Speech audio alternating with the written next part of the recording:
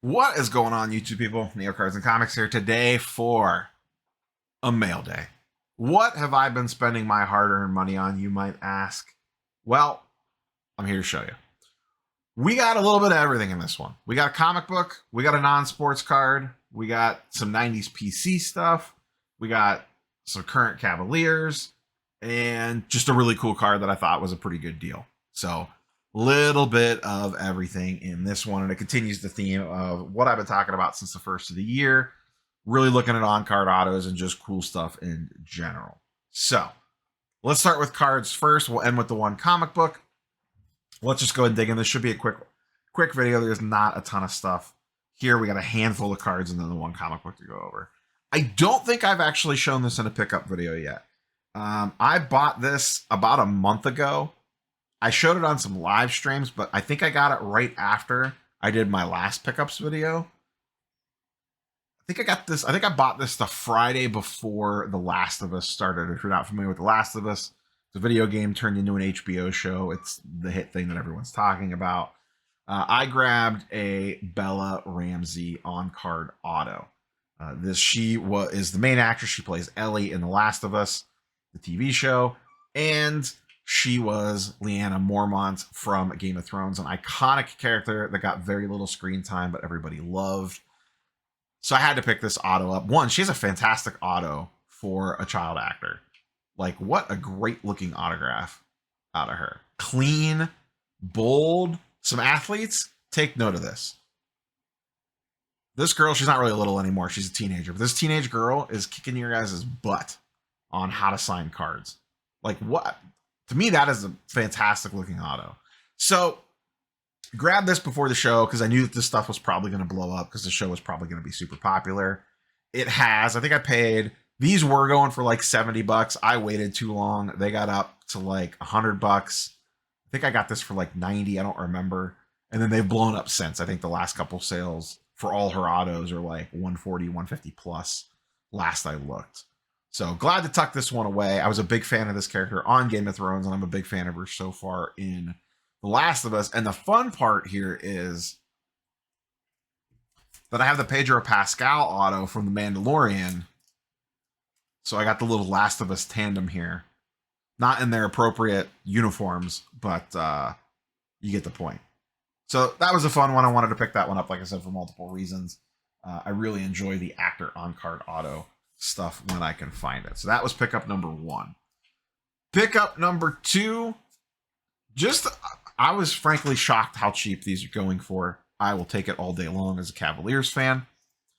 Picked up an Evan Mobley Optic Holo PSA 10. I'm a sucker for Optic Holos. They are tough grades.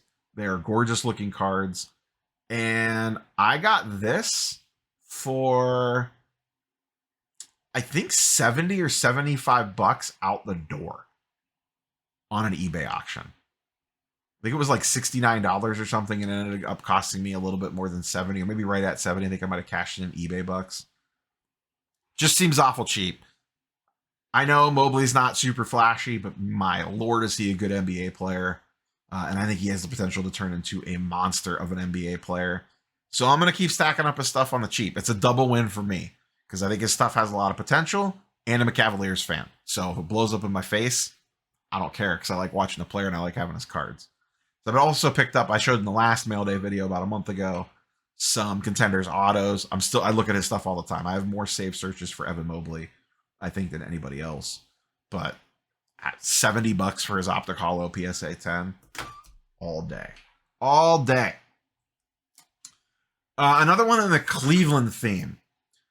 I don't know how I stumbled into this. I've been down the rabbit hole on Manny Ramirez autos. I got a Manny Ramirez auto in the last mail day video. And this isn't an auto, but it popped up on the like other items you might like thing. And I love this set as a kid growing up. I always thought these were super cool. I had a Kobe of this card at one point in time, and it's the 97 SPX. This was listed, it's a PSA 10. This was listed for, I think, $80. I think I got it for like 60 or 65. We went back and forth on some offers. It's a pop 4. Take that for what it's worth. It's not a lot of Ramirez stuff gets graded, but not everything gets graded. It's not like the Griffey version of this card. The Griffey version of this card sells for like $500 or $600, I think. I got this for $60. As a Manny Ramirez fan, he was my favorite player growing up on the Indians, him and Albert Bell.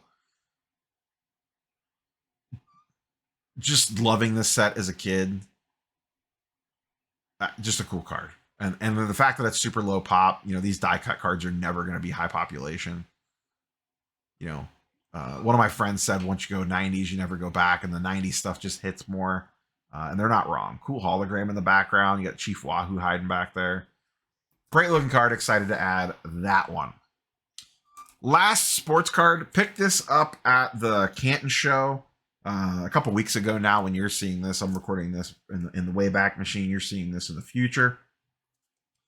One of those ones I walked in, saw it at the dealer's table, saw what he had it priced at, and said, let me take a lap, look around at everything else. Came back, he still had it. I was like, all right, and then negotiated back and forth on it. That is a Panini 1, which is very underrated. They make some pretty good looking cards. I would never rip the wax on it. It's a ripoff, but the singles are pretty good, and they are nice looking cards. It is player worn, not game used.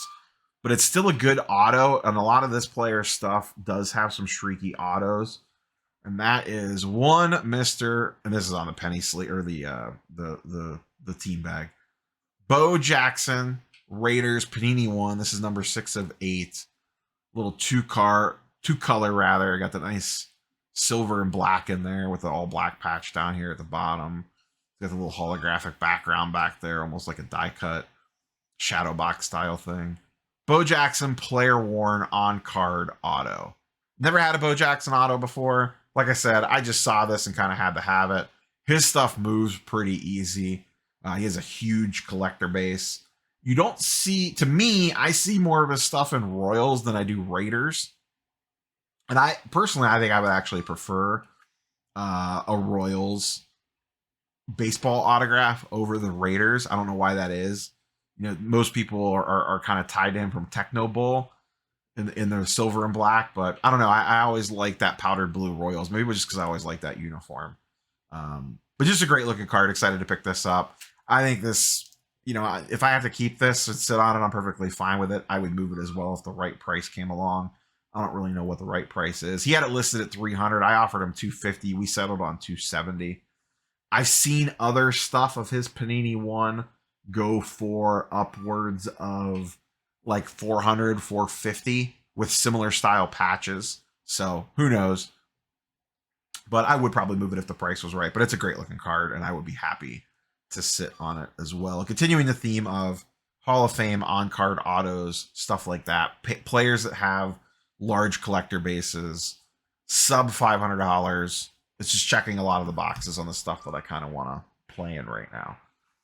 Last but not least, we're checking one off the list. This is one I've been chasing for a while and just was never able to find someone willing to move it at the right price and kept getting sniped at auctions. That is an Uncanny X-Men 130 in a CGC 9.6. This is part of the Dark Phoenix run. I talked about this in my preview video for the upcoming year. I would like to finish the Dark Phoenix run this year. This was one of the bigger books that I was missing. A 9.8 of these goes for like $1,500-$1,600. So I knew I probably wasn't going to end up with a 9.8. That's way more than I wanted to spend on this. So I was hoping for a 9.6. One came up at auction. I got this for $360. Most of the bins are between $550 and $600. If you wait out an auction, they all go for $350 to $400. So it was just a matter of waiting out an auction. This one came up. Put in my bid and ended up winning it. Happy to tuck this one away.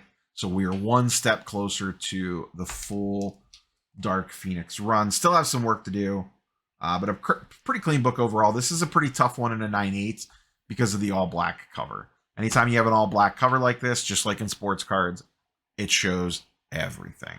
So it just makes it a lot trickier to nail those good grades. And like I said, I knew I was perfectly fine with a 9.6 of this going in. Is it the biggest investment, air quotes, grade ever? No, but I don't know that the first appearance of Dazzler is to begin with. I really like 9.6s and stuff that I just want for my collection. You save a ton of money, and it's still a very, very, very well presenting book. So happy to knock that one off the list. That one will go. I'm going to try to work on getting the full Dark Phoenix Saga display behind me on the row of books that I have typically set up behind the desk that you can see on the live streams and stuff. So that's all I got for you. A little bit of everything. Got some actor on-card autos. We got a comic book. We got an ultra-modern NBA player. We got a Hall of Fame on-card auto. And we got one of the best hitters from the 90s on my favorite team. Checking all the boxes. Catch you guys and girls on the next one. Peace.